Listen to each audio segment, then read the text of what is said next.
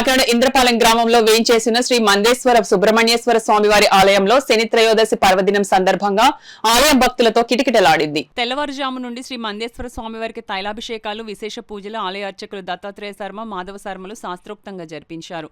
పెద్ద సంఖ్యలో భక్తులు తరలివచ్చి స్వామివారిని దర్శించుకుని తైలాభిషేకాలు, దానాలు ఇచ్చి స్వామివారికి పూజలు చేశారు.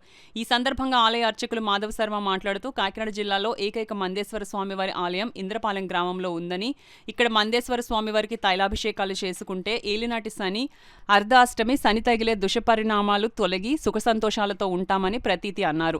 ఈ కార్యక్రమంలో ఆలయ ఎగ్జిక్యూటివ్ ఆఫీసర్ జోగా సత్యనారాయణ, వేద పండితులు పట్టు శర్మ, భక్తులు పాల్గొన్నారు. ఇంద్రపాలెం గ్రామంలో వేయించేసిన శ్రీ పార్వతీ సమేత మందేశ్వర స్వామివారి ఆలయంలో శని త్రయోదశి మాస శివరాత్రి పర్వదినమున ఈరోజు స్వామివారికి వేకుజాము నుండి కూడా విశేషంగా భక్తులతోటి తైలాభిషేకం జరిగాయి.